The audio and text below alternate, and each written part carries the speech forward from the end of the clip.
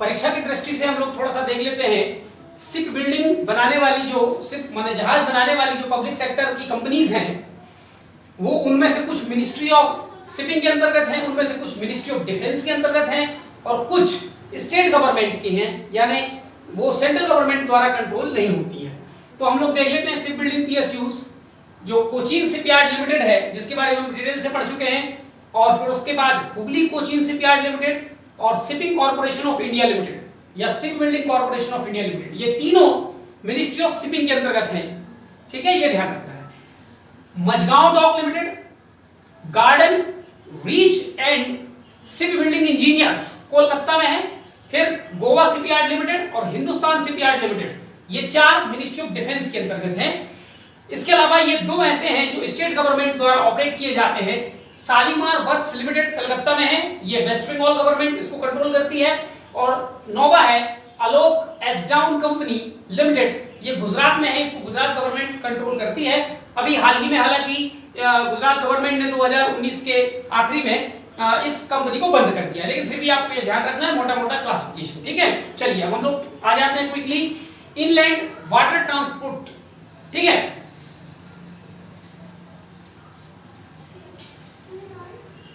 Inland water transport होता क्या है?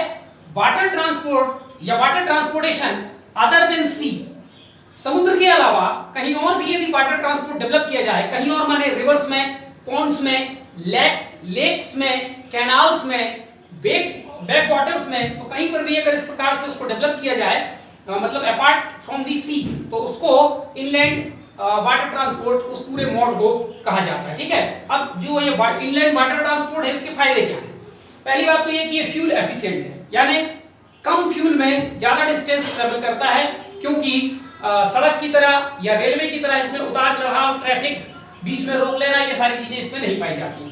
एनवायरमेंटल फ्रेंडली है, यानी अगर हम इसमें जो बोट चलाते हैं उससे जो फ्यूल जल के जो ईंधन हमें जनरेट करता है, तो रोड की तुलना में जितना कार्बन डाइऑक्साइड निकलता है उसकी तुलना में इससे 50% कम कार्बन डाइऑक्साइड निकलता है। तो एनवायरमेंटल का फ्रेंडली है, less green house gas emission इससे होता है। कॉस्ट इफेक्टिव का मतलब है रोड और रेलवे और एयरवेज वगैरह के माध्यम की तुलना में इसमें काफी कम कीमत पे काफी ज्यादा माल एक जगह से दूसरी जगह तक जो है वो ढोया जा सकता है, तो कॉस्ट इफेक्टिव है।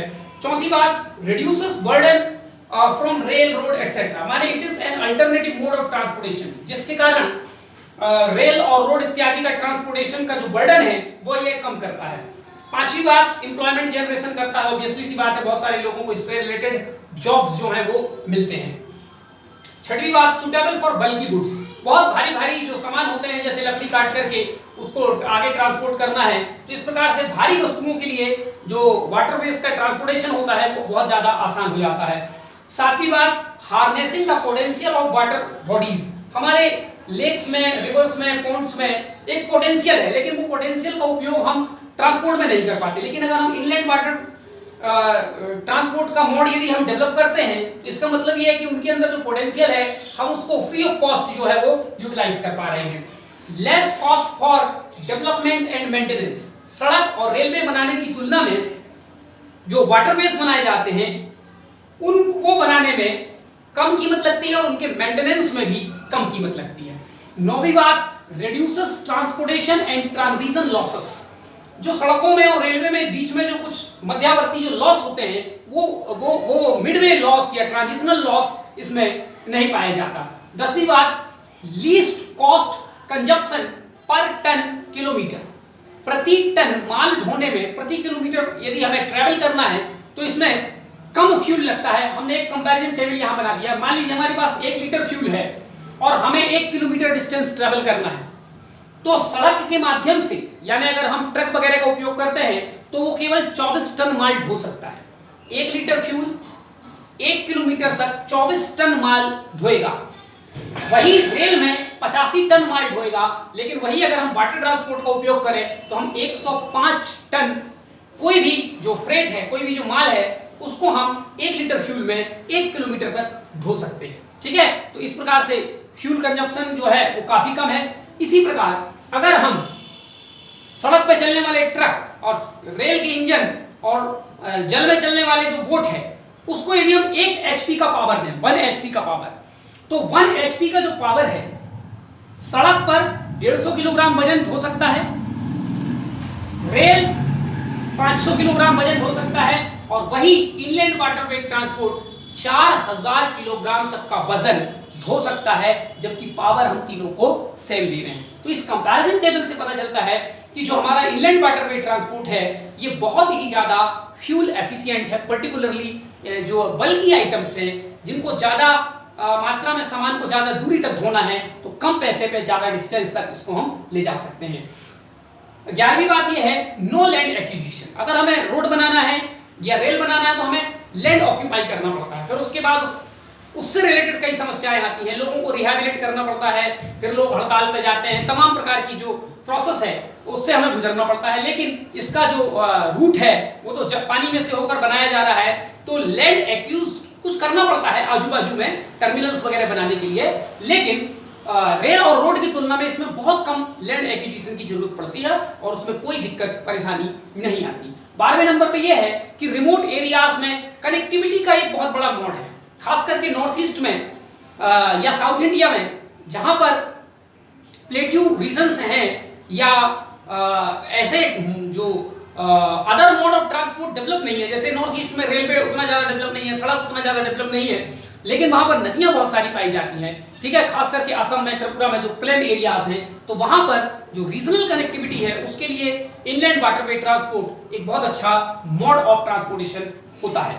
13वीं बात यह है कि अगर हम इनलैंड वाटरवे ट्रांसपोर्ट को डेवलप करते हैं तो हम डोमेस्टिक लेवल पे कार्गो ट्रांसपोर्ट कर सकते हैं, और अगर कोई नदी एक देश से होकर दूसरे देश में से बहती है, ठीक है, जैसे मान लीजिए गंगा है भारत ब्रह्मपुत्र के बीच में, भारत और बांग्लादेश के बीच में, गंडक है, कोसी है, ये नेपाल भारत के बीच में, तो हम उसमें जो है ट्रांसबाउंड्री कार्गो शिपमेंट का भी, माने सामान की ढुलाई का काम कर सकते हैं। इसके अलावा हम वहां पर क्रूज चला करके भी एक अल्टरनेटिव जो है एम्प्लॉयमेंट का हम काम वहां पर चला सकते हैं, ठीक है, और जब क्रूज वगैरह चला दिया जाएगा तो वहां टूरिज्म डेवलप हो सकता है, स्पोर्ट्स डेवलप हो सकता है। तो कुल मिलाकर के इससे ये तमाम फायदे हमें इनलैंड वाटरवे ट्रांसपोर्ट से हमें निकल करके आते हैं। अब ये तो इसके बहुत सारे मेरिट्स हो गए, हम देखते हैं डीमेरिट्स भी है क्या कुछ। हाँ है, यदि हम स्पीड की तुलना करें तो सड़क और रेल की तुलना में इसका स्पीड बहुत कम होता है। तो where their time matters, inland waterway transport is not viable,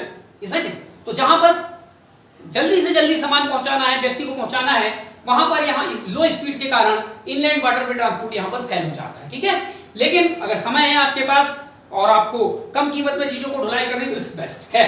दूसरी बात, लिमिटेड एरिया ऑफ ऑपरेशन, यानी इसको पूरे नदी के क्षेत्र में, कि नदी मान लीजिए किसी पर्वत या पठार इलाके से निकलती है, तो जो नदी होती है उस वहां पर इनलैंड वाटरवे ट्रांसपोर्ट वहीं पर डेवलप किया जाता है जहां नदी काफी लंबी दूरी तक समतल में बहती हो। अगर वो पठार या मैदान में पर्वतीय क्षेत्र में बहती है तो वहां पर इनलैंड वाटरवे ट्रांसपोर्ट नहीं किया जा सकता, ठीक है। दूसरी बात, जहां नदी, तालाब, झील, इस प्रकार की कोई वाटर बॉडी नहीं है, वहां भी इसको डेवलप नहीं किया जा सकता। यानी limited area of operation, it can not be built and operate in each and everywhere, ठीक है, लिमिटेड एरिया में ही इसको काम किया। वेदर इश्यूज, नदियों में यदि बाढ़ आ जाए, ठीक है, सिल्टेशन हो जाए या नदियों से रिलेटेड और कोई प्रॉब्लम आ जाए, ठीक है, वेदर रिलेटेड कोई प्रॉब्लम आ जाए, तो इन सब कारणों से जो उसकी ऑपरेशनलिटी है, यानी उसकी जो चलायमानता है, वो भी बाधित हो जाती है, और ऐसी परिस्थितियों में इनलैंड वाटरवे वर्क आउट नहीं करता। इसके अलावा कुछ इकोलॉजिकल थ्रेट्स हैं, कुछ लोग ऐसा मानते हैं कि इससे जलीय जीवों को, जलीय जो वनस्पतियां हैं उनको जो है वो दिक्कत हो सकती है और पूरा इकोलॉजी जो है वो डिस्टर्ब हो सकता है।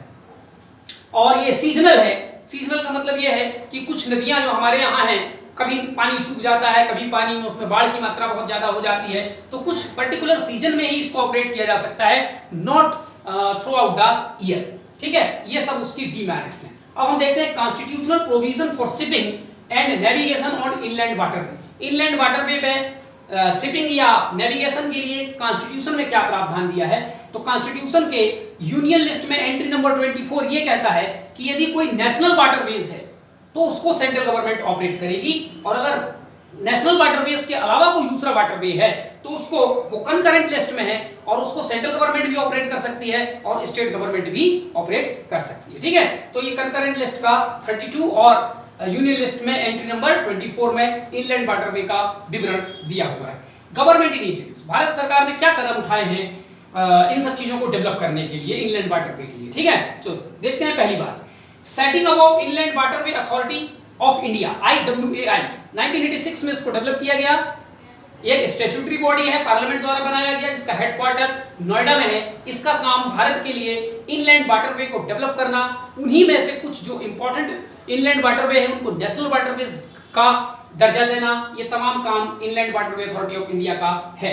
दूसरा है जल मार्ग विकास परियोजना, जल मार्ग विकास प्रोजेक्ट। इसका उपयोग, इसका जो उद्देश्य है वो नेशनल वाटरवेज 1, ठीक है, जो कि गंगा नदी पर बनाया गया है, उसके बारे में हम आगे डिटेल से पढ़ेंगे। उसमें कैपेसिटी ऑगमेंटेशन, माने उसकी कैपेसिटी को बढ़ाना, ठीक है, ये है जल विकास, जल मार्ग विकास प्रोजेक्ट का जो उद्देश्य है। तीसरी बात,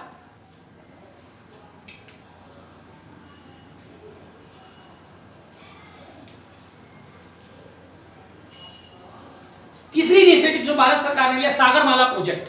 सागरमाला प्रोजेक्ट हम लोग ऑलरेडी डिटेल से समझ चुके हैं। चौथी बात, इंटरलिंकिंग ऑफ रिवर्स, ये भी हम बहुत पहले पढ़ चुके हैं कि प्रायद्वीपीय और इधर हिमालय की नदियों को आपस में जोड़ करके, तो उससे फ्लड ड्रॉट मैनेजमेंट के साथ साथ इनलैंड वाटरवे ट्रांसपोर्ट भी डेवलप किए जाएंगे। पांचवी बात, इंडियाज फर्स्ट सोलर पावर्ड फेरी आदित्य, एक छोटा सा बोट होता है, फेरी कहलाता है। ये इंडिया का पहला सोलर पावर्ड फेरी आदित्य वेम्बनाड लेक केरला में 2016 में स्टार्ट किया गया है। इससे एक मोटिवेशन मिलता है कि इस प्रकार की और भी शुरुआत हम और भी झीलों में, तालाबों में या अदर वाटर बॉडीज में हम ऐसे कर सकते हैं। इंटर स्टेट कोलैबोरेशन, यदि कोई नदी एक राज्य से दूसरे राज्य में बहती है तो उसके लिए दो राज्यों या जितने राज्यों से गुजरती है उनका कोलैबोरेशन जरूरी है। तो इस पर भी 2-3 राज्य आपस में मिलकर के इनलैंड वाटरवे ट्रांसपोर्ट को डेवलप करने के लिए कोलैबोरेट कर रहे हैं। सातवीं बात, promoting electric and solar powered boats. अब भारत सरकार ऐसे बोट बना रही है जो सोलर पावर से चले या इलेक्ट्रिक से चले, इससे उसकी जो कॉस्ट है, ऑपरेटिंग कॉस्ट है बोट्स की, वो कम होगी और उससे इनलैंड वाटरवे ट्रांसपोर्ट को बल मिलेगा।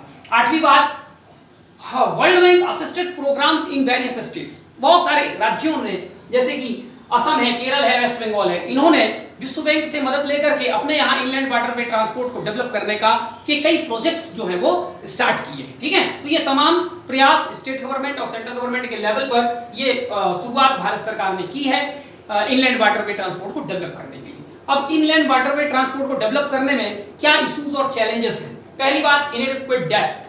भारत में जनरली आपको ये याद रखना पड़ेगा कि इनलैंड वाटरवे उसी नदी, झील, तालाब में पॉसिबल है जिसकी गहराई कम से कम 3 किलोमीटर हो, ठीक है। 3 किलोमीटर से यदि कम है उसकी गहराई, तो वहां पर एक बेहतर वाटरवे जो है हम डेवलप नहीं कर सकते।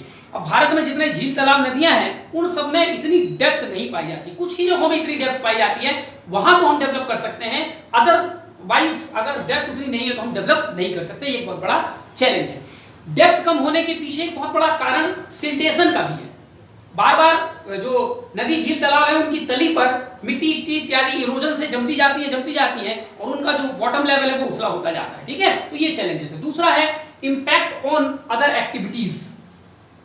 ऐसा माना जाता है कि अगर इनलैंड वाटरवे को डेवलप किया जाता है तो जो वाटर रिलेटेड एक्टिविटी है, जैसे फिशिंग है, इरिगेशन है, डैम है, इन तमाम एक्टिविटीज को भी जो है नेगेटिव इंपैक्ट उन पर पड़ता है। उनके लिए पानी की मात्रा कम बढ़ जाती है, क्योंकि पानी के लिए कंपटीशन बहुत ज़्यादा है। इंडस्ट्रीज को पानी चाहिए, इरिगेशन के लिए पानी चाहिए, डैम बैराज बना लिया गया है तो इलेक्ट्रिसिटी पैदा करने के लिए, तो एक कंपटीशन पैदा हो जाता है पानी की डिमांड को लेकर के।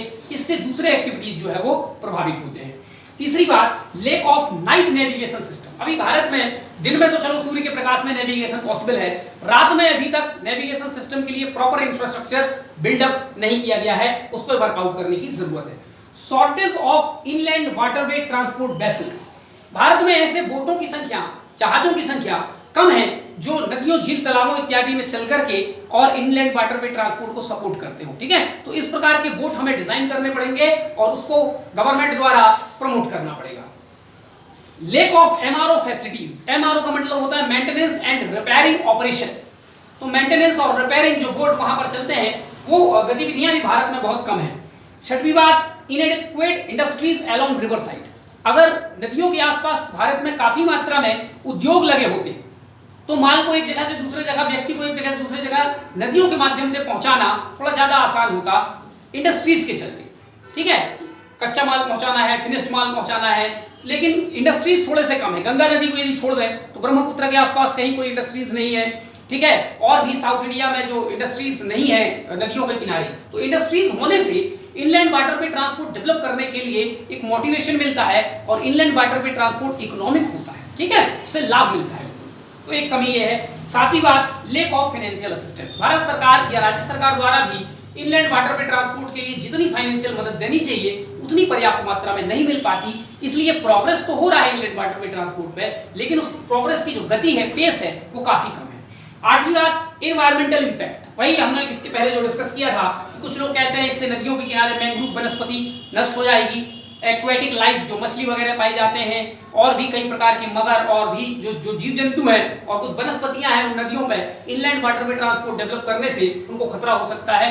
इसके अलावा सोशल इंपैक्ट। सोशल इंपैक्ट का मतलब ये है कि जब उससे फिशिंग एक्टिविटी वगैरह प्रभावित होगी तो जो लोग या जिनका जीवन उस नदी के आसपास के फिशिंग पर डिपेंड करता है, उनकी लिवलीहुड पर भी फर्क पड़ेगा, उनके कल्चर पर फर्क पड़ेगा। तो इस प्रकार से उसके कुछ नेगेटिव सोशल इंपैक्ट्स भी पड़ सकते हैं। ये तमाम बातें इनलैंड वाटरवे के बारे में है। नेक्स्ट वीडियो में हम लोग इनलैंड वाटर नेशनल वाटरवेज के बारे में कुछ डिटेल से और जो कुछ आइटम छूट गया है उसके बारे में हम लोग आगे स्टडी करेंगे। Thank you.